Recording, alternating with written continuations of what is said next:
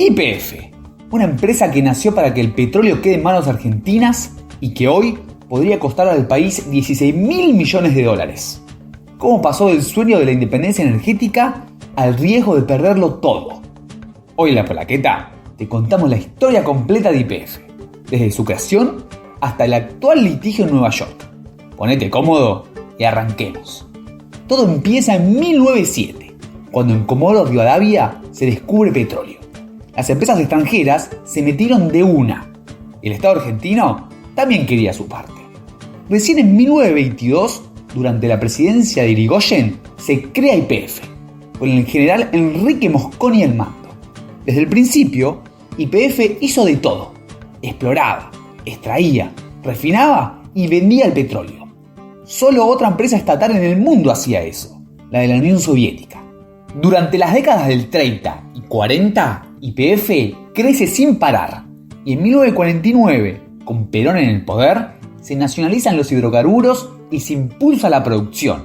Con inversión estatal y apoyo de algunas empresas extranjeras, YPF logra cubrir el 84% de la producción nacional. Pero en los 60 y 70, el gigante empieza a trastabillar.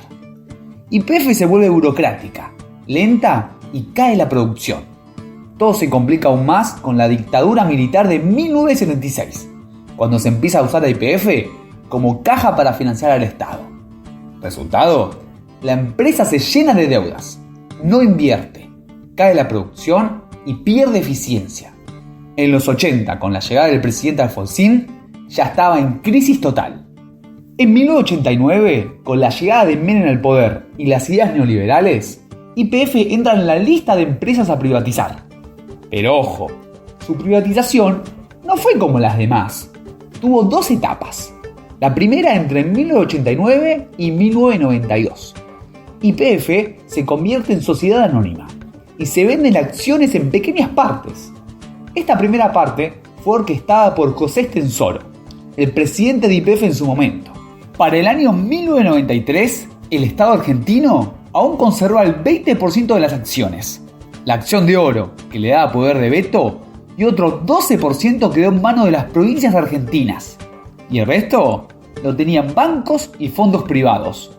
Pero ese año ocurren dos cosas clave. YPF empieza a cotizar en la bolsa de Nueva York. Por eso, hoy todos los juicios se hacen allá. Y también se incorpora el Estatuto de Protección a Accionistas Minoritarios, que obliga al pequeño accionista a ofrecerles la compra de sus acciones si cambia el control de la empresa. Acordate de esto, que es clave hoy en día. ¿Y qué pasó después? En 1999, ya sin Estenssoro, hay un cambio de planes de manera radical y se comienza la segunda etapa de la privatización. Menem apoya la entrada de la empresa española Repsol. El Estado argentino y las provincias venden las acciones que le quedaban y Repsol pasa a tener el 80% de la compañía. Así nace Repsol YPF, ya totalmente privada. En 2007, con el petróleo por las nubes y la producción de YPF en caída, Néstor Kirchner quiere que el Estado vuelva a tener influencia. Su jugada, traer al grupo Petersen de la familia Eskenazi para comprar el 15% de YPF a Repsol. De esta manera, llegamos a uno de los capítulos más oscuros en la historia de YPF. Los Eskenazi, un grupo sin previo conocimiento en el rubro de hidrocarburos, no tenían el capital para semejante compra. La solución: Repsol les presta el dinero. Sí, así como escuchaste. Pero, ¿qué ganaba Repsol con todo esto? Repsol y los Eskenazi, como nuevo accionista, firman un acuerdo para que el 90% de las ganancias se repartan en dividendos. Es decir, se saca plata de YPF en lugar de reinvertir. Resultado: Repsol retira plata de Argentina para invertir en otros lados.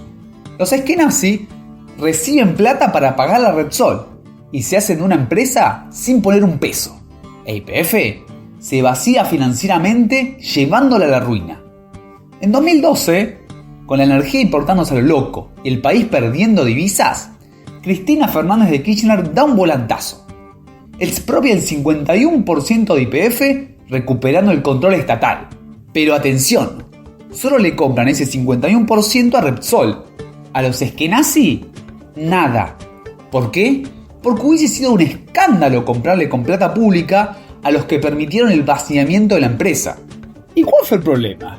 Como cambió el control de la compañía sin una oferta pública a los otros accionistas, como los Eskenazi, se violó el famoso estatuto que mencionamos antes. Y ahí arranca el juicio que hoy nos persigue. Hoy, más de una década después, ese error vuelve como un boomerang. El grupo Petersen quebró en España y le vendió su derecho a juicio al fondo buitre Buford Capital. Buford ahora le exige al Estado argentino nada menos que 16.000 millones de dólares por no haber hecho esa oferta obligatoria en 2012 y romper el estatuto. La jueza Loretta Preska de Nueva York ya falló a favor de Buford Capital. Incluso pidió que se entreguen las acciones de YPF que tiene Argentina. El gobierno ya apeló y todo podría llegar a la Corte Suprema de Estados Unidos. El final todavía no está escrito. Y así termina este viaje por la historia de YPF, desde el orgullo nacional hasta una serie de malas decisiones que no tienen hoy en juicio. Pero vos qué pensás, ¿le vamos a pagar a Buford Capital o la Corte de Estados Unidos jugará para Argentina? Déjanos tu comentario acá abajo, suscríbete a La Polaqueta y activa la campanita para no perderte nuestros próximos videos. Hasta la próxima.